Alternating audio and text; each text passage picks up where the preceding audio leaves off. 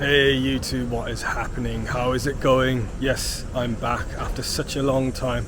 I'm finally making another video for you guys. And yep, it's true, we are now Canadian permanent residents. So that just happened, and I want to give you guys a massive life update of everything that's been going on and why I've been away for such a long time.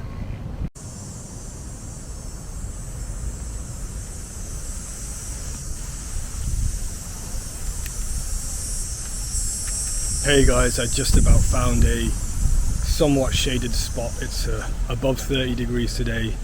It's a heat warning here in Toronto, and it's something like 65% humidity as well.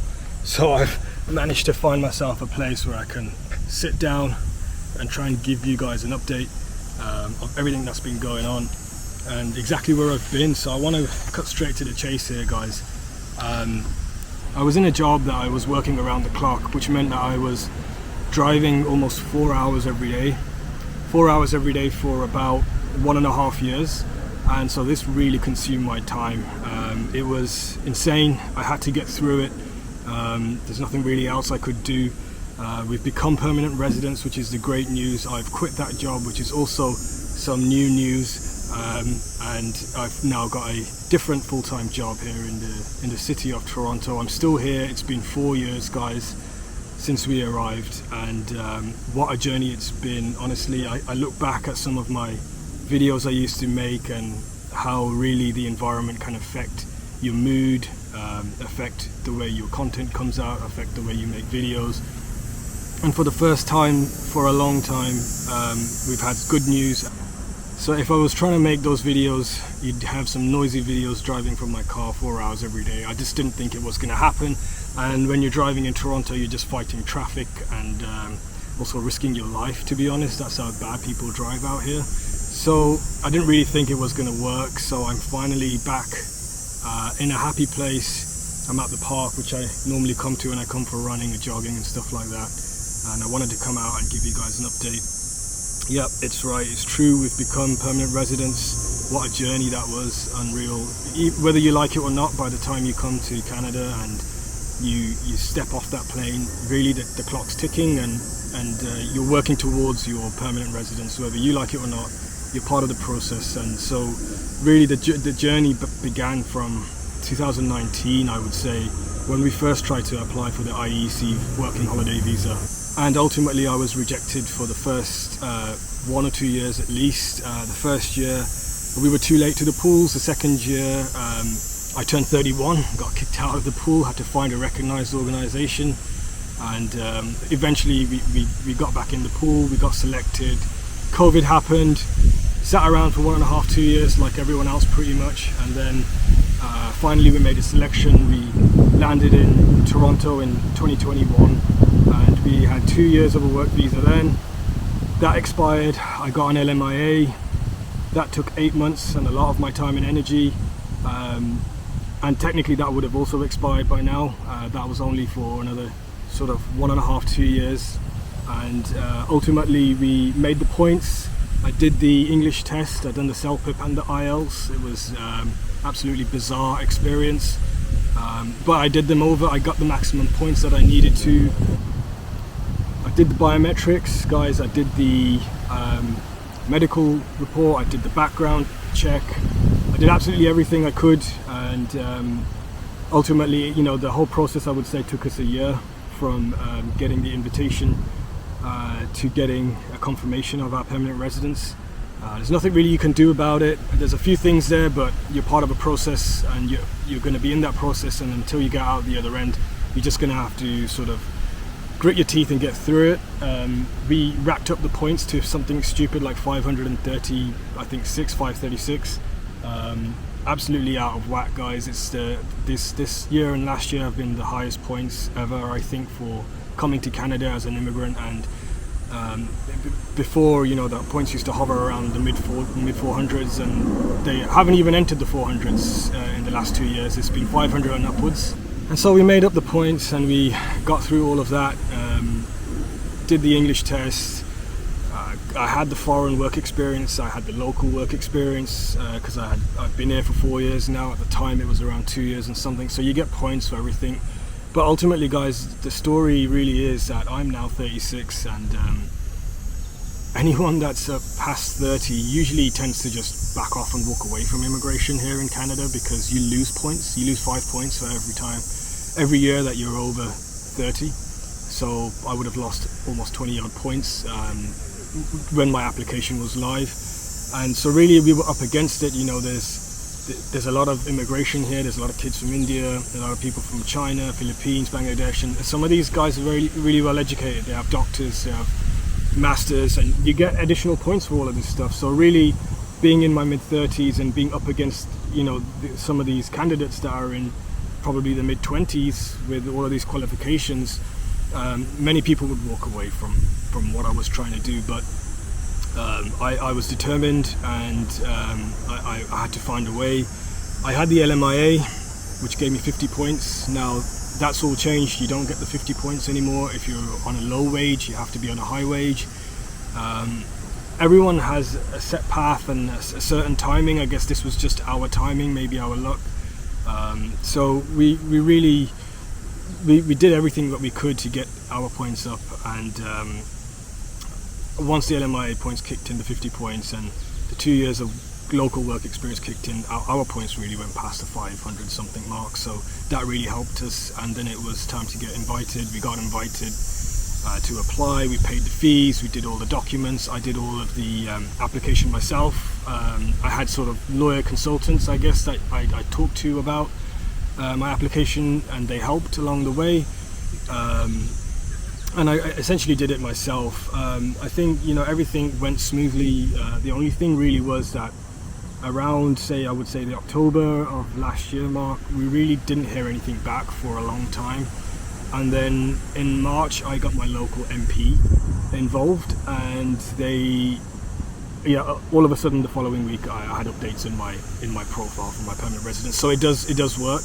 I didn't have to pay my local MP. I just called him. I told him I'd been waiting, you know, more than a certain amount of months, and that's not what the Canadian immigration website was showing. We had gone past all the time limits, and so it was in our favor. They made some phone calls, whatever they had to do to get into contact with the agents on the immigration side, and we started seeing our application moving, and eventually we got through all of the processes. Everything's online now. It's not like it was before, where you flagpole and leave the country and come back in as a landed immigrant. You have to be inside the country. You have to declare that you're inside the country. You'll get a portal email, basic information, passport photo, and then you get like a portal 2, which is sort of the final declaration that you're here.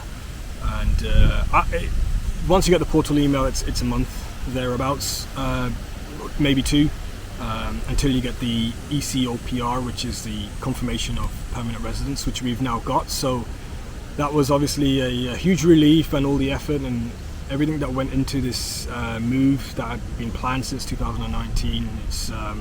It's fortunately come back around for us, and I'm really happy and grateful for that. It took a lot of effort, a lot of hard work, but it's done. So now we're just waiting for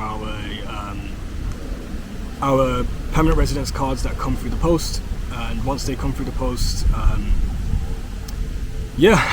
maybe that's when you can actually leave the country. So right now we're kind of locked in. Once you declare in the portal emails that you're here, then you can't really leave.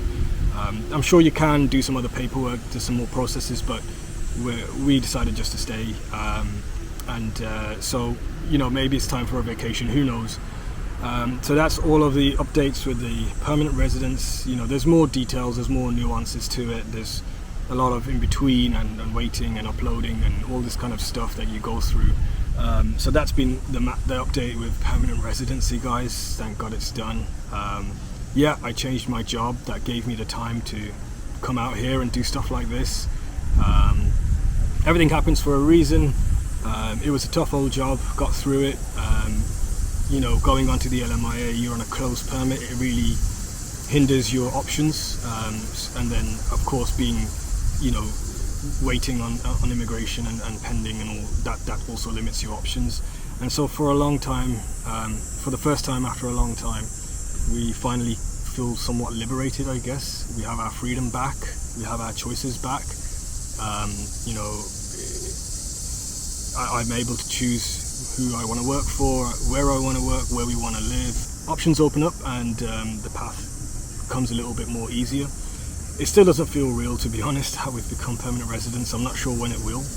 What I can say is that, you know, I think life feels a little bit easier, I would say. So that's really a nice feeling, a feeling that I haven't had for a very long time, to be honest. Everything's kind of been a process and a procedure up until this point. And so, you know, I'm hoping that I can continue making new videos, more videos, giving you life updates of everything that we're doing. And I would say a lot's changed here, guys, in Toronto, to be honest. It's very different to what it was a year ago, even 2 years ago. The housing market's correcting back to pre-pandemic prices, which is a relief for a lot of young people, young couples, or first-time home buyers. So that's really good news. The condo market, I've heard, is absolutely insanely dead. There's empty apartments all over the city, and the prices have really dropped for those as well, which is all good news, to be honest. And things seem to be quite different in Toronto. And I will say this, that immigration seems to have slowed down somewhat. We went through a lot of elections, a lot of the stuff that's going on with our neighbours in America. I feel like immigration has slowed down compared to sort of from 2 years ago. And you know, it is what it is. People are going to migrate, people are going to move around. It's just the way of life and what people want to do. But I am feeling a bit of a shift. There used to be a lot of, I guess, negative sentiment towards migration, but I live in the city. I see what goes on. I talk to people. You know, we have friends and family around here, and I think the sentiment's changing quite a lot now.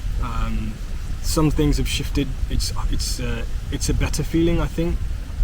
Maybe it's because it's summer and it's 30 degrees right now. Who knows?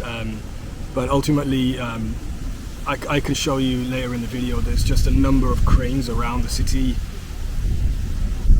Sky rises are still going up. Condos are still being built. Apartment buildings are going up. The development's all there. So, you know, even the neighborhood we live in, there's just construction everywhere. Is it going to have a lasting impact? Is it going to have a negative impact? We don't know yet. We're unsure. I definitely feel like the influx of migration has slowed down compared to what it was 2 years ago. So, are there people to live in these apartments? I don't know. So I hope you enjoyed the video. It's a quick life update, and I hope I can come back and see you guys soon. I'm going to try and get all of this construction footage before I close off this video, because it's absolutely mental. There you go, guys. It's a little windy, so that's a new one up there, and there's another one going up there. You can see the cranes. There's another one behind it, another one to the right of it, and then there's this enormous guy that you can see at the back of this building here that they've literally put up in about 1.5 years. And that's not all of them yet. There's still a few more around here. There's more downtown, and everywhere you go around Toronto or the GTA, you're going to see this kind of construction and new development.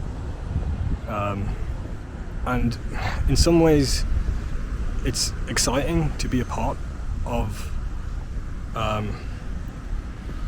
a city that's developing and stuff's happening and things are moving on. But then it's also some horror stories about developers going broke. That one's an entirely new one there, guys. Really nice one, that one. Not sure really how big the actual units might be, but it's a great looking building, I think. And as you walk around Toronto, you're going to see more and more signs of development, and I will try and capture them. Even in this 10-minute walk it is to get back to where I live, you'll see several signs for new development.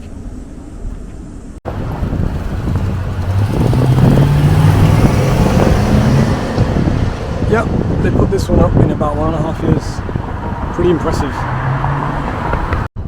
This is another one, guys. This was all houses, a few buildings here that they've taken down. Demoed everything, and looks like there's a tower going up here.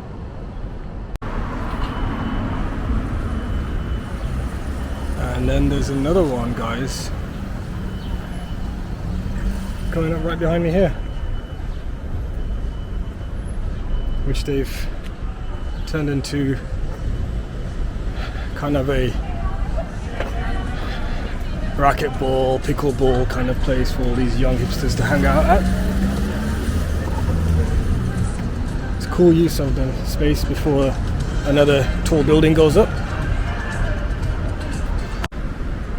And there's another one planned here for all of these buildings to come down. There's another one here for this old building to come down, and this bank will be gone. Then there's another one over here, guys, which they did a lot of the groundwork last year, and they've thrown this one up pretty much all of this year. It's going to be done soon. So thanks for watching, guys. My battery actually ran out on my camera there, and I will see you guys in the next video and get you guys some more content as soon as I can. Thank you.